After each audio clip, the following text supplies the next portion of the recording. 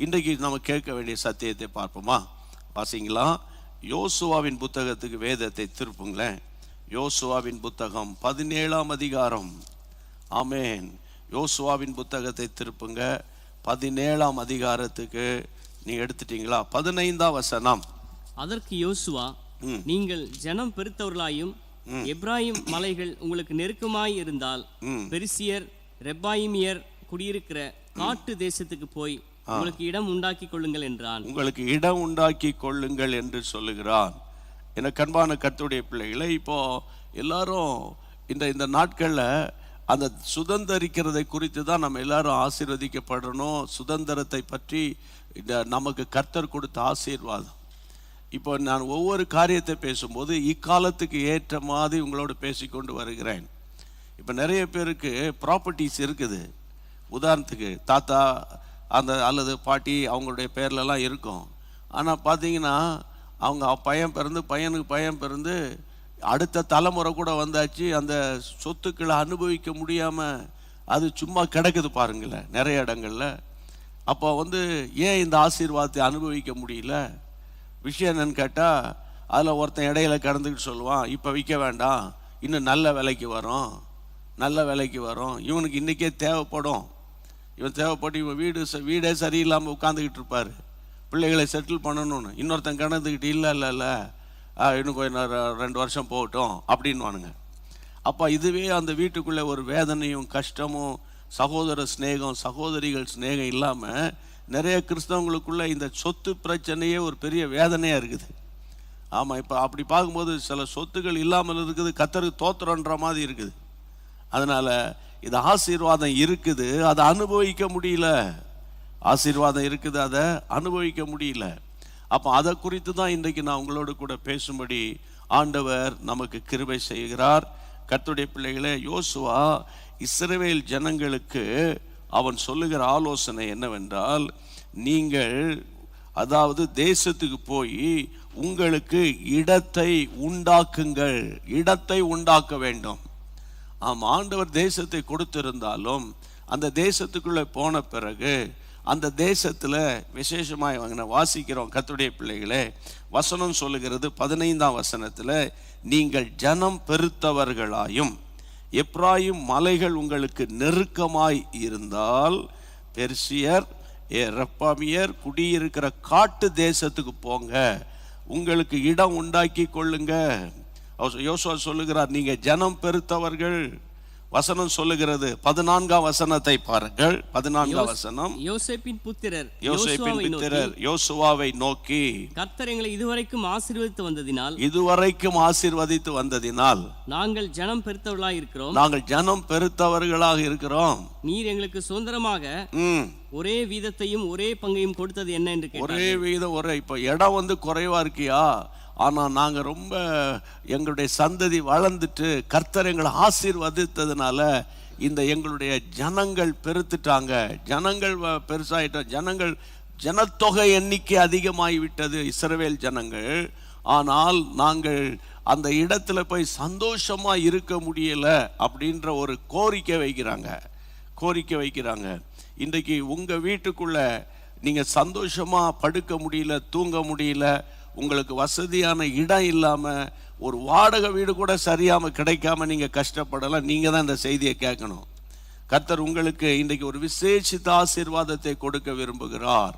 கர்த்தருடைய பிள்ளைகளே, அப்போ அந்த யோசுவா அவங்கள பார்த்து சொல்கிறா, கர்த்தருடைய பிள்ளைகளே, ரெப்பாமியர் குடியிருக்கிற காட்டு தேசத்துக்கு போங்க, உங்களுக்கு நீங்கள் இடத்தை உண்டாக்கி கொள்ளுங்கள். இடத்தை உண்டாக்குவேன் என்று கர்த்தர் சொல்லுகிறார். அப்படி கிடையாது, நீ உண்டாக்கு. ஆண்டவர் பேசுறார், நீ உண்டாக்கு, இடத்தை நீ உண்டாக்கு. சில நேரங்களில் அவர் இடம் உண்டாக்குவார், அவரே நமக்கு இடத்தை உண்டாக்குவார். சில இடங்கள்ல சில நேரங்களில் நம்ம தான் இடத்தை உண்டாக்கணும். உன் கூடாரத்தின் எல்லையை விசாலமாக்கு, நான் உன்னை எக்ஸ்டென்ஷன் பண்ணுவேன், உனக்கு எக்ஸ்டெண்ட் பண்ணுவேன் அப்படின்னு சொல்லலை. விசாலமாக்கு, அதாவது உன் கூடாரத்தின் எல்லையை விசாலமாக்குன்னு வசனம் இருக்குல்ல. அப்போ அந்த நேரத்தில் ஆண்டவரே கூட விசாலமாக்குங்கன்னா ஆண்டவர் சொல்ல, முதல்ல பைபிளை முதல்ல படி, விசாலமாக்கு. அப்போ என் கூடாரத்தின் எல்லையை நான் விசாலமாக்கணும்னா எனக்கு விசுவாசம் வேணும், எனக்கு நல்ல ஜெப வாழ்க்கை வேணும் இல்லையா? மூணாவது கர்த்தரே சார்ந்து இருக்கணும், கர்த்தரே சார்ந்து இருக்கணும். அப்போ என்னுடைய கூடாரத்தின் எல்லையை நீ விசாலமாக்கு அப்படின்னு ஆண்டவர் சொன்ன உடனே நான் நான் அதை விசாலமாக்குவதற்கு வேண்டிய காரியங்களை கவனிப்பேன் இல்லையா? அப்போ தேவனுடைய பிள்ளைகளை திரும்ப சொல்றேன், சில நேரங்களில் ஆண்டவரே நமக்கு இடம் உண்டாக்குவார், சில நேரங்களில் நம்ம தான் இடத்தை உண்டாக்கணும், நம்ம தான் இடத்தை உண்டாக்கணும். உதாரணமாக ஆண்டவரே உண்டாக்குவார். ஞாபகம் இருக்கா? ஈசாக்கு வாழ்க்கையில் ஆதியாகமம் 26ஆம் அதிகாரத்தில் அந்த வசனத்தை நீங்கள் எடுத்து பாருங்க. கர்த்தருடைய பிள்ளைகளை, ஆதியாகமம் 26 நம்ம எல்லாருக்கும் தெரியும், ஆனால் அதை எடுத்து பாருங்க, கொஞ்சம் திறங்க. அதான் ரெகோபோத்து தான் சொல்றாரு அப்படின்னு பேசிக்கிட்டு இருக்கக்கூடாது, எடுத்து வாசிக்கணும். அந்த வசனத்தை பாருங்க கர்த்தருடைய பிள்ளைகளே. 22, 26, 22 என்ன சொல்லுகிறது? பின்பு அவ்விடம் விட்டு பெயர்ந்து போய் வேறொரு துறவை வெட்டினான். அதை குறித்து அவர்கள் வாக்குவாதம் பண்ணல. அப்பொழுது அவன் நாம் தேசத்தில் பழுகும்படிக்கு இப்பொழுது கர்த்தர் நமக்கு இடம் உண்டாக்கினார் என்று சொல்லி, தேசத்தில் பழுகும்படிக்கு இப்பொழுது கர்த்தர் நமக்கு இடம் உண்டாக்கினார் என்று சொல்லி அந்த இடத்துக்கு ரெகோபோத் என்று ஈசாக்கு பெயர் வைக்கிறார். இது கர்த்தரே ஈசாக்குக்கு செய்த காரியம். ஆமென். கர்த்தரே ஆண்டவரே இடம் உண்டாக்கினாரு. அதுல கூட இவர் ஆண்டவரோடு கோஆபரேட் பண்ணி போறாரு. அவன் ஒவ்வொரு இடத்தையா துறவை தோண்ட, அபிமெலேக்கு மூட, அந்த கேராரர் புத்திரர் வாக்குவாதம் பண்ண, அப்புறம் அந்த இடத்தை விட்டுட்டு போக ஏசாக் என்று பெயர் வைக்க, ஏசேக் என்று பெயர் வைக்க, அதுக்கப்புறம் அதுல இன்னொரு இடத்த போக சித்தனான் பெயர் வைக்க, இதெல்லாம் கடந்து வந்ததை ஆண்டவர் பார்த்து ஈசாக்குக்கு அவரே ஒரு இடம் உண்டாக்குகிறார். கையை வைத்து ஆண்டவர் தோத்திரம் பண்ணுங்க. அப்போ அது ஆண்டவர் இடம் உண்டாக்குகிறது வேறு, நீங்களும் நானும் இடத்தை உண்டாக்குகிறது வேறு. இதுதான் சத்தியம். நான் 3 வேளை படுத்து தூங்கிட்டு சாப்பிட்டுட்டு தூங்கிட்டு கர்த்தர் தருவாருன்னா தரவே மாட்டாருன்றேன். நான் உங்களுக்கு எதுக்கு தரணும்? சோம்பேறிக்கு எதுக்கு தரணும்?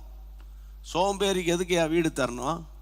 இல்லை, சோம்பேறிக்கு எதுக்கு காசு தரணும்? அதையும் படி எங்கேயா மூலையில் வச்சுட்டு தூங்கிட்டு கிடப்பான். சோம்பேறியை கர்த்தர் ஆசீர்வதிப்பது கஷ்டம். ஆமாம். அப்போ கர்த்தருடைய பிள்ளைகளை, நீங்கள் ஜெபத்தில் சோம்பேறித்தனமாகவோ, வேத வசனத்தை படிக்கிறதுல சோம்பேறித்தனமாகவோ, கர்த்தருக்கு அடுத்த காரியத்தில் சோம்பேறித்தனமாக இருந்துட்டு அதாவது சாப்பிட்றதுல சோம்பேறியா இருக்கிறீங்களான்னு பாருங்க.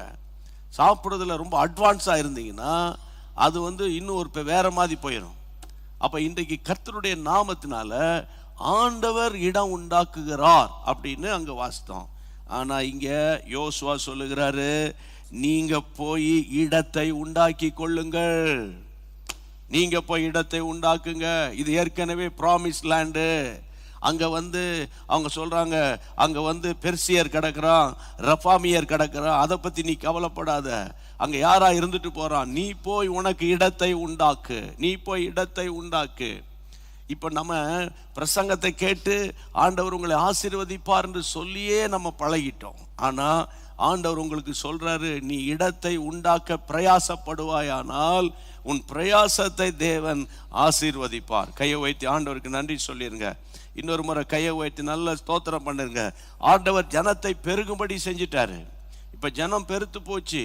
ஜனங்கள் உட்கார்றதுக்கு நடக்கிறதுக்கு இடம் இல்லாத அளவுக்கு அங்க இஸ்ரவேல் ஜனங்கள் வளர்ந்துட்டாங்க, பெருகிட்டாங்க. ஆனால் இடம் இல்லையே என்று யோசுவா கிட்ட கேட்கும்போது யோசுவா அவர்களை உற்சாகப்படுத்துகிறான். இன்னொரு கோணத்துல பாருங்க, அங்க யாராவனா இருந்துட்டு போறாங்க, அங்க எப்படிப்பட்ட ஆட்கள் இருந்தா உனக்கு என்னப்பா, நீ போய் இடத்தை உண்டாக்குங்க அப்படின்னு யோசுவா சொல்றாரு. இன்றைக்கு நீங்க வளரக்கூடாதபடி, நீங்க பெருக கூடாதபடி, நீங்க ஆசீர்வாதமா இருக்க கூடாதபடி, அந்த பெர்சியர், ரெப்பாமியர் அப்படிலாம் சொல்றாங்களே, அவங்கெல்லாம் தேவன் அருவருக்கிற ஜனம், தேவனுக்கு விரோதமான கூட்டம். அது ஒரு ப்ராமிஸ் லேண்டு. அந்த லேண்ட்ல அவன் குடிகொண்டு இருக்கிறான். அந்த ஆவிகளை துரத்த, அந்த ஆவிகளை கண்டு நீங்க பயந்து போக கூடாது. ஆமென். உங்களுக்கு ஆண்டவர் சொன்ன வாக்கு தத்தத்தை என் ஆண்டவர் எப்போது நிறைவேற்ற வல்லவராய் இருக்கிறார். இதே இடத்துல இன்னொரு காரியத்தை உங்களுக்கு நான் ஞாபகப்படுத்தி காட்டுறேன். 2 ராஜாக்களுக்கு திருப்புங்க. 2 ராஜாக்களின் புத்தகம் 6ஆம் அதிகாரம் முதல் 2 வசனங்கள். தீர்க்கதரிசியின் புத்திரர் எலிசாவை நோக்கி, வாசிங்க. இதோ நாங்கள் உம்முடன் குடியிருக்கிற இந்த இடம் எங்களுக்கு நெருக்கமாய் இருக்கிறது.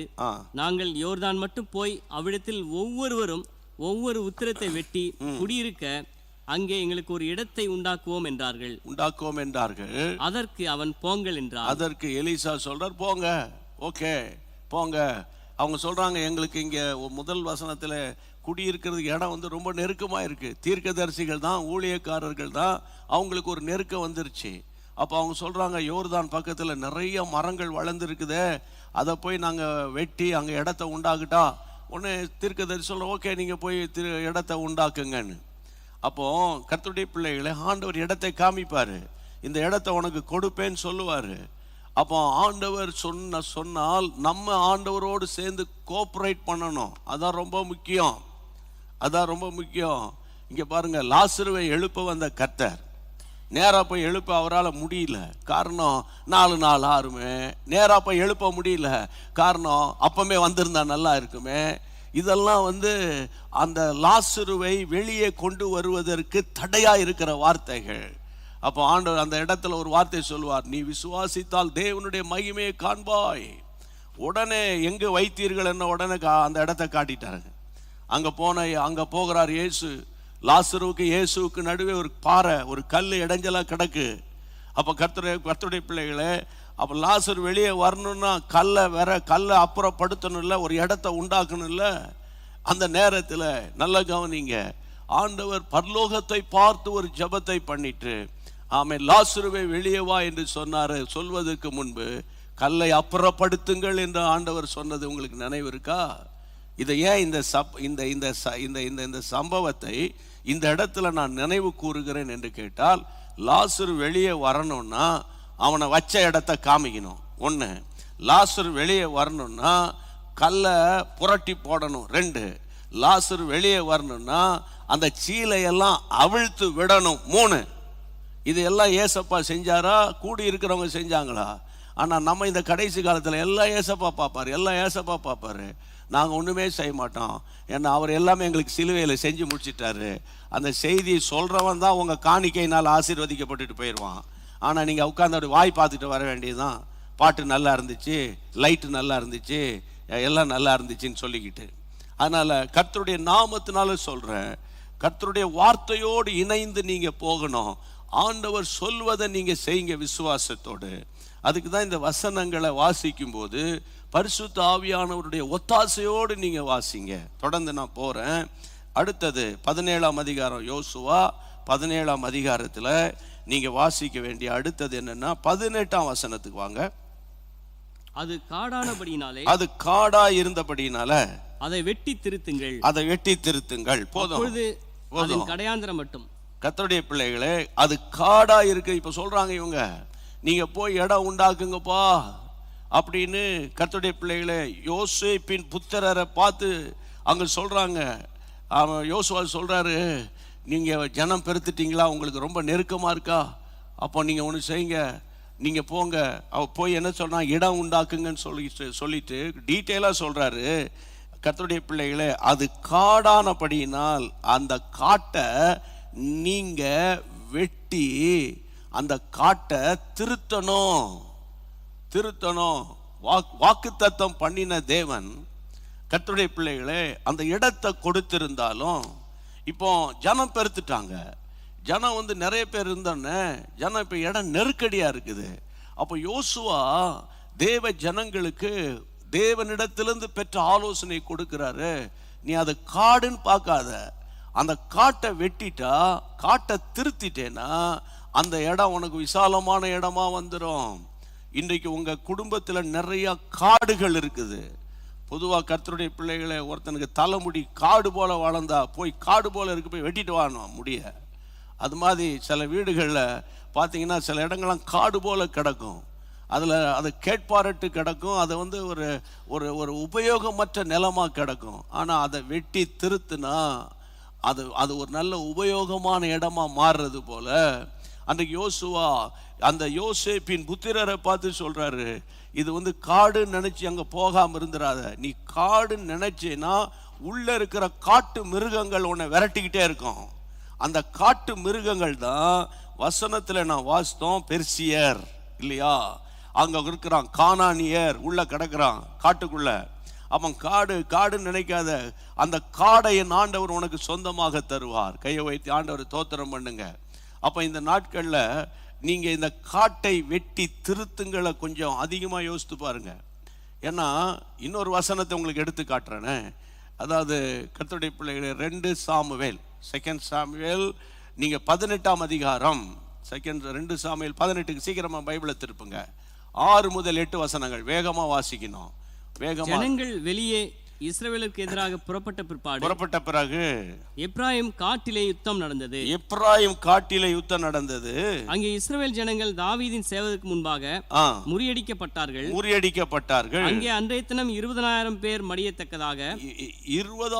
மடியத்தக்கதாக பெரிய சங்காரம் உண்டாயிற்று. யுத்தம் அந்த தேசம் எங்கும் பறந்தது. அன்றைய தினம் பட்டயம் பட்சித்த ஜனங்களை பார்க்கிலும் காடு பட்சித்த ஜனம் அதிகமா இருந்தது.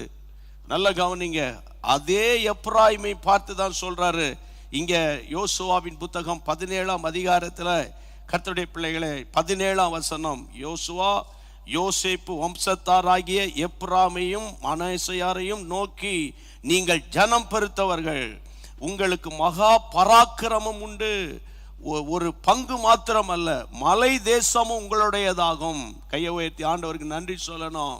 நீங்க அந்த சாதாரண இடம் பார்க்காதீங்க. எப்ராயிமே மனாசே சார்ந்தவர்களுக்கான அது கொடுக்கப்பட்டிருக்கிறது. ஆனால் இந்த காட்டை நீங்க விட்டுட்டீங்கன்னா, அந்த வசனத்துல பாருங்க, யுத்தம் நடந்த போது 2 சாமுவேலின் புத்தகத்துல நான் எடுத்து காண்பித்தேன்.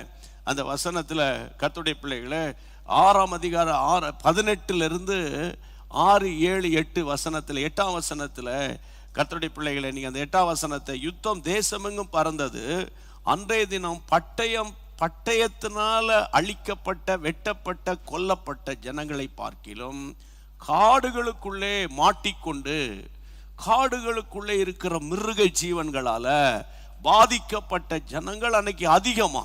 ஆமென். அப்போ காடு மனுஷனை அழிக்க, காட்டுக்குள்ள போயிட்டா பலவிதமான காட்டு மிருகங்கள் இருக்கும். அந்த காட்டு மிருகங்கள் அழிக்கக்கூடியது. காட்டுக்குள்ளே போயிட்டா வழி தெரியாது, ரூட்டு தெரியாது, எந்த பக்கம் போனா எந்த பக்கம் வந்தோன்னு உங்க லைஃப்ல உங்க சிந்தையில சில காடுகள் இருக்கும். அதனால தான் அந்த ஸ்ட்ரெஸ், அதனால தான் டிப்ரெஷன், அதனால தான் அவிசுவாசம், அதனால தான் பயம், அதனால தான் சந்தேகம், அதனால தான் வாக்குவாதம், அதனால தான் பேக் ஸ்லைடிங், அதாவது பின்மாற்றம். இதுக்கெல்லாம் காரணம் என்னன்னு கேட்டா, சத்தியம் உள்ளே போக முடியாதபடிக்கு ஒரு ஜங்கிள் மாதிரி இல்ல ஒரு புதர் மாதிரி உங்க சிந்தை இருக்குமானால், கர்த்தருடைய பிள்ளைகளே, அது ஒரு காடு தானே.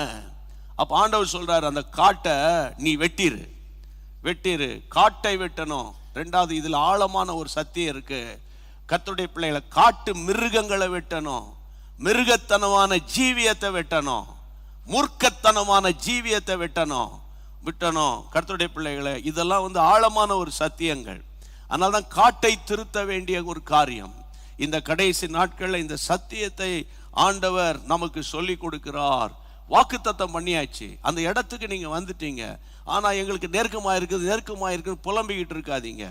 இப்போ புது உடன்படிக்கை கிறிஸ்தவர்களுக்கு சொல்றேன், ஆண்ட ரட்சிக்கப்பட்டோம், மனம் திரும்பிட்டோம், எங்களுக்கு ஒரு நல்ல வீடு இல்லை, அதே போல எங்க வாழ்க்கை இன்னும் செட்டில் ஆகல, நாங்கள் ஆசீர்வதிக்கப்படலைன்னு புலம்பாதீங்க. கண்களை ஏறெடுத்து பாருங்கள், உங்களுக்காக கர்த்தர் ஆசீர்வாதமான இடத்தை வைத்திருக்கிறார். விசுவாசிக்கிறவனுக்கு அது கூடும். கையை வைத்து ஆண்டவரை தோத்திரம் பண்ணுங்க. பல போராட்டம் வரும், பல பிரச்சனை வரும். ஏன்னா நம்ம உலகத்தில் இருக்கிறதுனால போராட்டம் உண்டு நமக்கு. ஆனால் அது முடிவு கிடையாது. போராட்டம் உண்டு, ஆனால் தோல்வியே கிடையாது. பிரச்சனை வரும், ஆனால் அந்த பிரச்சனையின் மத்தியில தான் தேவனுடைய கரம் உங்களை தாங்கும். அதனால நீங்க தோய்ந்து போவாதீங்க. காடு போல கிடக்கிற இடங்களை நீங்க சுதந்தரிக்கணும். ஆமென். உங்க லைஃபே ஒரு காடு மாதிரி தான் இருக்கு இல்ல. ஆண்டவர் சொல்றாரு, அந்த காட்டை திருத்துவதற்கு தான் ஆண்டவர் வேத வசனமாகிய ஆயுதத்தை உங்க கையில கொடுத்துருக்கிறாரு. அந்த ஆயுதத்தை வச்சு நீங்க அந்த காட்டை திருத்துங்க. தேவையில்லாதெல்லாம் ஒடிச்சு போடுங்க. தேவையில்லாத கனெக்ஷனை துண்டிங்க. இந்த ஃபேஸ்புக்குள்ளேயே கடந்து குடஞ்சிக்கிட்டு கிடக்காதீங்க. நாளைக்கு உனக்கு கஷ்டப்பட்டா நஷ்டப்பட்டா ஒரு பயலும் வரமாட்டான் உங்களை தேடி. புரியுதா? ஆனால் நீங்கள் அங்கே போன இங்கே போனேன்னு சொன்னால் கை எப்படி காட்டுவான், அதெல்லாம் பண்ணிடலாம் பண்ணுவானுங்க எல்லாம். ஆனால் உனக்கு பலவீனன்னு வந்துருச்சுன்னு வைங்களேன், போராட்டம்னு வந்துருச்சுன்னு வைங்களேன், ஒருத்தனும் கண்டுக்க மாட்டாயா. அதுதான் உலகம், அதுதான் உலகம். அதனால ஒவ்வொரு நாளும் நம்மோடு கூட இருக்கிற அந்த ராஜாதி ராஜாவை பாருங்க. அவர் தான் உங்களுக்காக எனக்காக சிலுவையில் மரித்து ரத்தம் சிந்தினவர். அப்போ காட்டை திருத்துங்கள், காட்டை திருத்துங்கள். அப்போ இந்த நாட்களில் கையை வைத்து ஜெபம் பண்ணலாம். காட்டை திருத்துங்கள். ஆமென். தேவையில்லாத போராட்டங்களை, தேவையில்லாத பிரச்சனைகளை துண்டித்து வெட்டி இயேசுவின் நாமத்தினால நம்ம ஜெயம் எடுக்க முடியும். எல்லாரும் கைகளை உயர்த்தி. தேவையற்ற உறவுகள், தேவையில்லாத கனெக்ஷன்ஸ், ஆமென், தேவையில்லாத பிரச்சனையில வாலண்டியரா போய் தலைய விடுறது, வாலண்டியரா போய் உங்க மூக்க நுழைக்கிறது, உங்களை கூப்பிடாமலே நீங்களே போய் உட்கார்ந்து கமெண்ட் கொடுக்கிறது, இயேசுவின் நாமத்தினால் அவைகளெல்லாம் அகன்று போகும்படி கர்த்தருடைய நாமத்தினாலே நாங்கள் ஜெபிக்கிறோம். ஆண்டவரே, நீர் விரும்பாததை விலக்க, நீர் விரும்பாத சிநேகத்தை துண்டிக்க இயேசுவே எங்களுக்கு நீர் உதவி செய்யும்படி நாங்கள் ஜெபிக்கிறோம். ஆமென். கர்த்தருக்கு ஸ்தோத்திரம். முடிக்கிறதுக்கு முன்னால இன்னொரு வார்த்தை நீங்க வாசித்தரலாம். அதே யோசுவா 17, அதே 18ஆம் அதிகாரம் 18ஆம் வசனம், 17ஆம் அதிகாரம் 17-18 வாசிங்க. அது காடானபடினாலே அதை வெட்டி திருத்துங்கள். காடானபடியால் வெட்டி திருத்துங்கள். அப்பொழுது அதன் கடையாந்தரம் மட்டும் உங்களுடையதா இருக்கும். அப்பொழுது அதனுடைய கடையாந்தரம் வரைக்கும் உங்களுடையதாக இருக்கும். கானானியருக்கு இருப்பு ரதங்கள் இருந்தாலும், கானானியருக்கு இருப்பு ரதங்களே இருந்தாலும், அவர்கள் பலத்தவர்களாக இருந்தாலும், அவர்கள் பலத்தவர்களாக இருந்தாலும் நீங்கள் அவர்களை துரத்தி விடுவீர்கள் என்றார். அவர்களை துரத்தி விடுவீர்கள் என்றார். நல்லா கவனிங்க. இப்போ யோசுவா அடுத்த இன்ஸ்ட்ரக்ஷன் கொடுக்கிறார், அடுத்த என்கரேஜ்மெண்ட் வேர்டு சொல்றாரு. நல்லா புரிஞ்சுக்கோங்க. அதாவது லேசா ஒரு ஆசீர்வாதத்தை சுதந்திரிக்க முடியாது, அதை மட்டும் புரிஞ்சுக்கோங்க. லேசா ஆசீர்வாதத்தை சுதந்திரிக்க முடியாது கர்த்தருடைய பிள்ளைகளை. அப்படி லேசா சிலர் ஆசீர்வாதத்தை சுதந்திரிக்கிறாங்கன்னா அதனுடைய வேல்யூவே அவனுக்கு தெரியாது, அவனுக்கு வேல்யூவே தெரியாது. அந்த வேல்யூவே ஒருத்தனுக்கு தெரியலன்னா அவன் கொஞ்ச நாள் அந்த ஆசீர்வாதத்தை ஈஸியா மிஸ் பண்ணிடுவான். அதான் இன்னைக்கு உலகத்துல நடக்குது. கர்த்தருடைய பிள்ளைகளை நல்ல கவனிங்க. இப்ப சொல்றாரு முதல்ல காட்டை திருத்துங்க, கடைசியில் சொல்றாரு துரத்தி விடுவீர்கள். துரத்துங்க, காட்டை திருத்துங்க, துரத்தி விடுங்க. அப்படி சொல்லும்போது அவர் சொல்றாரு கானானியருக்கு இருப்பு ரதங்கள் இருந்தாலும், அடுத்தது கானானியர்கள் பலத்தவர்களா இருந்தாலும், ரெண்டு காரியத்தை சொல்றாரு. ஏன் இந்த ரெண்டு காரியத்தை சொல்றாருன்னா, கர்த்தருடைய பிள்ளைகளே 17ஆம் வசனத்துல நீங்க பாத்தீங்கன்னா வசனம் சொல்லுகிறது, கர்த்தருடைய பிள்ளைகளை 16ஆம் வசனத்தின் கீழ்பாகத்தில் பாருங்க. 16ஆம் வசனத்தின் கீழ்பாகத்துல கானானியரிடத்திலும் இருப்பு ரதங்கள் உண்டு என்றார்கள். அதாவது சத்துருவினுடைய கையில இருக்கிறத வச்சுக்கிட்டே நம்ம பேசிக்கிட்டு இருக்குதான் நம்முடைய பலவீனம். ஐயோ பிசாசு, ஐயோ சூனியம் வச்சுட்டாங்க, ஐயோ அந்நிய பாஷை பேசிக்கிட்டே ஐயோ சூனியம் வச்சுட்டாங்களா, அப்படியா, ஐயோ அவ்வளோதான், அப்போ கஷ்டம்தான். அப்போ எந்த பிசாசு? குட்டி சாத்தானா, குட்டி பிசாசா, பெரிய பிசாசா, இதா, ஐயோ அது போகிறது கஷ்டம். பைபிளில் எங்கேயாவது இயேசு ஒவ்வொரு பிசாசுக்கு ஒரு பெயரை வச்சுக்கிட்டு இருந்தாரா? நல்லா கவனி. பிசாசுனா பிசாசு, அவ்வளோதான், முடிஞ்சு. பொல்லாத ஆவியான பொல்லாத ஆவி தான், முடிஞ்சு. அப்போ கர்த்தருடைய பிள்ளைகளை இன்னைக்கு நீங்க பாருங்க, நீங்க கானானியர்களை துரத்துங்கன்னா அவங்க கையில இருப்பு ரதங்கள் இருக்குது. இன்னொரு சொல்றாங்க அவங்க எங்களை விட பலசாலிகள். இதுதான் ஆசீர்வாதத்தை மட்டுப்படுத்துகிற வார்த்தைகள். யோசுவா சொல்லிட்டார்ல, எப்பா ஆண்டவர் தேசத்தை நம்ம கையில கொடுத்துட்டாரு, அடுத்தது காடா இருக்கிறத போய் நீ திருத்துற. அவன் கானானியரா இருந்தானா, யாரா இருந்தானா, அவனுங்க என்ன ரதம் அவன் கையில இருந்தான்னு. கர்த்தருடைய பிள்ளைகளே, நமக்குள்ளே இருக்கிறவர் பெரியவர். ஆமா, 4 ரூம்குள்ள உட்கார்ந்துட்டு ஆமேன்னு சொல்லிட்டு இருக்காதீங்க. ஆமா, ஃபீல்டுல இறங்கி ஒரு அச்சீவ்மெண்ட் பண்ணுங்க. ஆமா, அப்பதான் உங்க பிள்ளைகள் பேசுவாங்க, எங்க அப்பா காலத்துல ஆலயத்தை கட்டி கொடுத்தாரு, எங்க அப்பா காலத்துல 500 ஆத்துமாக்கள் ஆதாயம் பண்ணாரு. அப்படின்னு சொல்லுவாங்க. கர்த்தருக்கு தோத்திரம். இல்லை, எங்கள் அப்பா காலத்தில் எனக்கு ஃப்ளாட் வாங்கி கொடுத்தாரு. உங்கள் அப்பா மாத்திரம் வாங்கி கொடுத்தாரு? பக்கத்து வீட்டில் இருக்கிற இயேசுவே இல்லைன்னு சொல்கிறவன் பங்களாவே வாங்கி கொடுத்துட்டு போயிட்டானேயா? என்ன சொல்கிறீங்க? ஆகவே வசனத்தின்படி நீங்க பேசுங்க கர்த்தருடைய பிள்ளைகளை. அப்ப இந்த நாட்கள்ல ஆண்டவர் சொல்றாரு, துரத்தி விடுங்கள், துரத்தி விடுவீர்கள் என்று அவர் பாசிட்டிவாவே சொல்றாரு. இருப்பரதங்கள் இருக்கலாம், ஜனம் பெருத்தவங்களாக இருக்கலாம், நீங்கள் அவர்களை துரத்தி விடுவீர்கள். யோசுவாவினுடைய ஸ்பெஷாலிட்டி அதுதான்யா. யோசுவா இளம் வயதிலேயே மோசே கைக்குள்ள வந்துட்டாரு. அந்த யாத்திராகமம் 17ஆம் அதிகாரத்துல யோசுவா யுத்தத்துக்கு போகும்போது அவன் ஒரு யங் மேனு. அப்போ இளம் வயதிலேயே ஊழியத்துக்கு வந்து ஒரு சீனியர் மேன் கிட்ட கைக்குள்ள அடங்கி இருந்ததுனால தான் அவருடைய லைஃப் ஸ்டைல் வந்து ஒரு சக்சஸ்ஃபுல்லாக இருக்குது. அதான் இன்னைக்கு ரொம்ப முக்கியம். அப்போ யோசுவா சொல்றாரு, நீங்க அவங்களை துரத்தி விடுவீர்கள். கைகளை உயர்த்தி ஆண்டவரை தோத்திரம் பண்ணுங்க. ஏன் தெரியுமா? யாத்திராகமம் 34:24. ஆமென். எடுத்து சீக்கிரமா நீங்க பாருங்க. யாத்திராகமம் எக்ஸோடஸ் சாப்டர் 34 verse 24. நான் புறஜாதிகளை உங்கள் முன்னின்று துரத்தி விட்டு உங்கள் எல்லைகளை விஸ்தாரமாக்குவேன். கையை வைத்து ஆண்டவர் தோத்திரம் பண்ணுங்க. ஆண்டவர் சொல்றாரு, கர்த்தருடைய பிள்ளைகளே, நான் புறஜாதிகளை துரத்தி விட்டு உங்கள் முன்னின்று துரத்தி விடுவேன், உங்கள் எல்லைகளை விசாலமாக்குவேன்றாரு. அந்த உங்களுடைய enlarge your border அப்படின்னு ஆங்கிலத்தில் சொல்றாங்க. அப்போ கர்த்தருடைய அது ஆண்டவருடைய வாக்குத்தத்தம். அந்த வாக்குத்தத்தம் வந்து அந்த யோசுவாவுடைய மைண்ட்ல பதிஞ்சு போச்சு. அதனால காடா இருக்கட்டும், அவன் யாரா இருக்கட்டும், கானானியரா இருக்கட்டும், நீங்கள் அவர்களை துரத்த முடியும். ஏனென்றால் என் நம் ஆண்டவர் வாக்கு பண்ணியிருக்கிறார். இன்றைக்கு நீங்களும் நானும் என்னைக்கு ரட்சிக்கப்பட்டு இயேசுவை சொந்த ரட்சகராக ஏற்றுக்கொண்டோமோ, அவருடைய விலையேற பெற்ற இரத்தத்தின் வல்லமை உங்க மேல இருக்கிறதுனால, அவருடைய விலையேற பெற்ற ரட்சிப்பின் சந்தோஷம் உங்களுக்குள்ள இருக்கிறதுனால, அவருடைய விலையேற பெற்ற பரிசுத்தாவின் பலன் உங்களுக்குள்ள இருக்கிறதுனால நீங்கள் துரத்த முடியும். ஆமென். கையை வைத்து ஆண்டவரை தோத்திரம் பண்ணிருங்க. எனக்கு அன்பான கிறிஸ்தவனுடைய பிள்ளைகளை, என்னாகமம் 33ஆம் அதிகாரத்துக்கு வாங்க வேகமா. என்னாகமம் 33. என்னாகமம் ஆமென். நம்பர்ஸ் சாப்டர் 33 verse 52 வாசிங்க. 52ஆம் வசனம் என்ன சொல்லுகிறது பாருங்க. தேசத்து குடிகளை எல்லாம் உங்களுக்கு முன்பாக துரத்தி விட்டு, அந்த தேசத்து குடிகள் எல்லாம் உங்களுக்கு முன்பாக துரத்தி விட்டு, அவருடைய எல்லா சிலைகளையும் வார்ப்பிக்கப்பட்ட அவருடைய எல்லா விக்கிரகங்களையும் அழித்து, எல்லா விக்கிரகங்களை அழித்து, அவர்கள் மேடைகளை எல்லாம் நிர்மூலமாக்கி 53 வாசிங்க. தேசத்திலவர்களை துரத்தி விட்டு அதிலே குடியிருக்க கடவீர்கள். அந்த தேசத்தை சுதந்தரித்துக் கொள்ளும்படி அதை உங்களுக்கு கொடுத்தேன். கையை வைத்து ஆண்டவர் தோத்திரம் பண்ணுங்க. கர்த்தருடைய பிள்ளைகளே, இதெல்லாம் ஆண்டவர் சொன்ன வாக்கு தத்தங்கள், அல்லாவிட்டால் ஆண்டவர் கொடுத்த ஒரு நல்ல ஒரு ஆலோசனைகள். துரத்தி விடுவேன், அந்த சிலைகளெல்லாம் அகற்றுவேன் என்று ஆண்டவர் அங்கு அழகா பேசுகிறார். அதே நேரத்தில் இன்னொரு வசனத்தை நீங்க பார்க்கணும் இல்ல?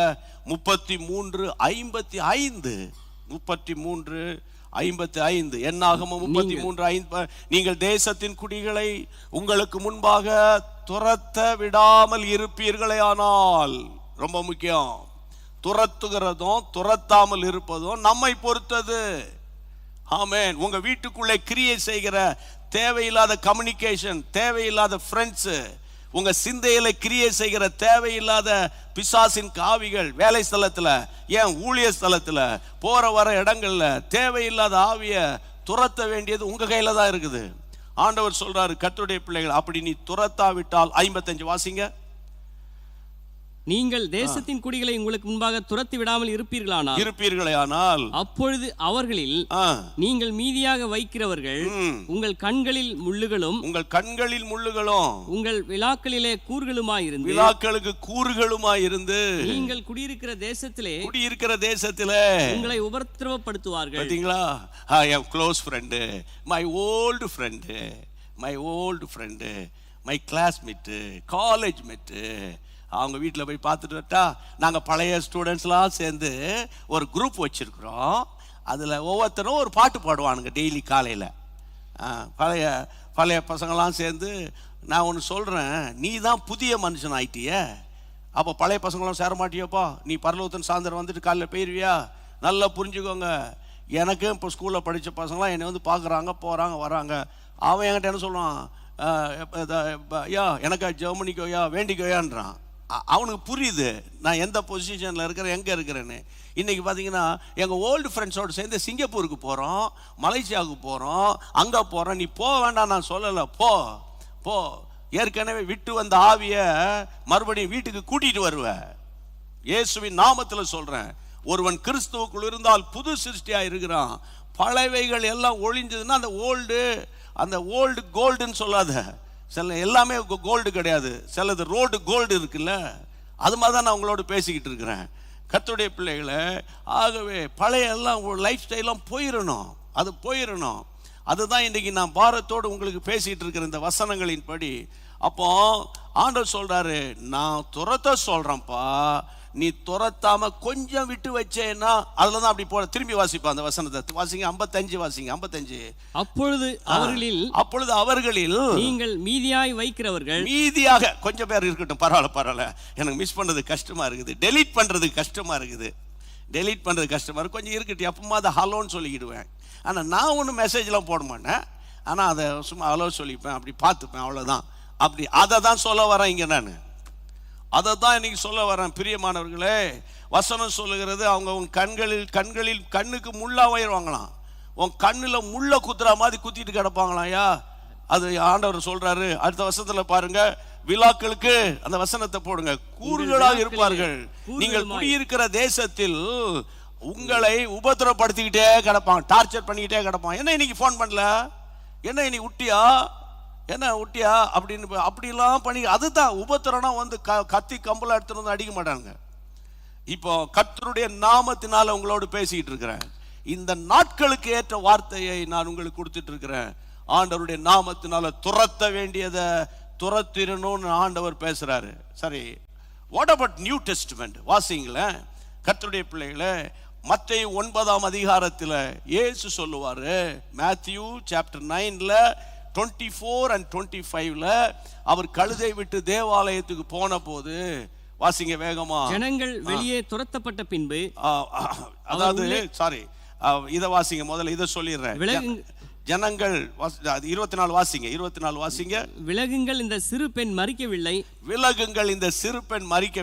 நித்திரையாய் இருக்கிறார் என்றால் அதற்காக அவரை பார்த்து நகைத்தார்கள். ஒரு சிறு பெண்ணை இயேசு சுகமாக்க போகும்போது அங்க இருக்கிற எல்லாரும் அவள் மரிக்கல, அவள் நித்திரையா இருக்கிறவன கூட இருக்கிறவன் சிரிக்கிறான், கிண்டல் பண்றான், கேலி பண்றான். இங்க பாருங்க கர்த்தருடைய பிள்ளைகளை, இந்த கேலி, கிண்டலு, ஜோக்கு, இந்த மாதிரிலாம் வந்து அந்த நேரத்தில் சிரிக்கிறதுக்கு நல்லா இருக்கும். ஆனா உங்க ஆவிக்குரிய வாழ்க்கையை பாதிக்குதான் பார்த்துக்கோங்க. ஆண்டவர் என்ன செய்தாரு? அடுத்த வசனம் என்ன சொல்லுங்க, 25. ஜனங்கள் வெளியே துரத்தப்பட்ட பின்பு, ஜனங்களை வெளியே துரத்தப்பட்ட பின்பு, யார் அவங்க? வசனம், அவர் உள்ளே பிரவேசித்து அந்த சிறு பெண்ணை கையை பிடித்து உடனே அவளை எழுந்துறன்னு சொன்னாரு. ஜனங்களை துரத்தின பிறகுதான் இயேசு மிராக்கிள் மினிஸ்ட்ரியை பண்றாரு.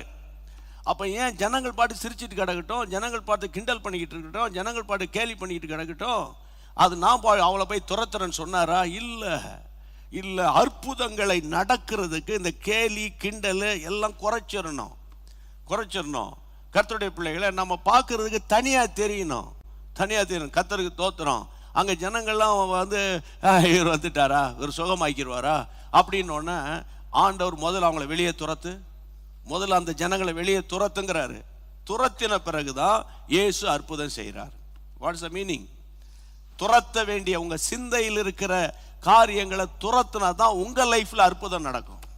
நான் உருப்பட மாட்டேன், நான் என்னத்தை பண்ண போறேன், எனக்கு பயமா இருக்குது, வயசாகி போச்சு, எனக்கு என்ன கிடைக்க போகுது, நாங்கள் என்ன பண்ண போறோம், கையில் இருக்கிறது கொஞ்சம் போனோம்.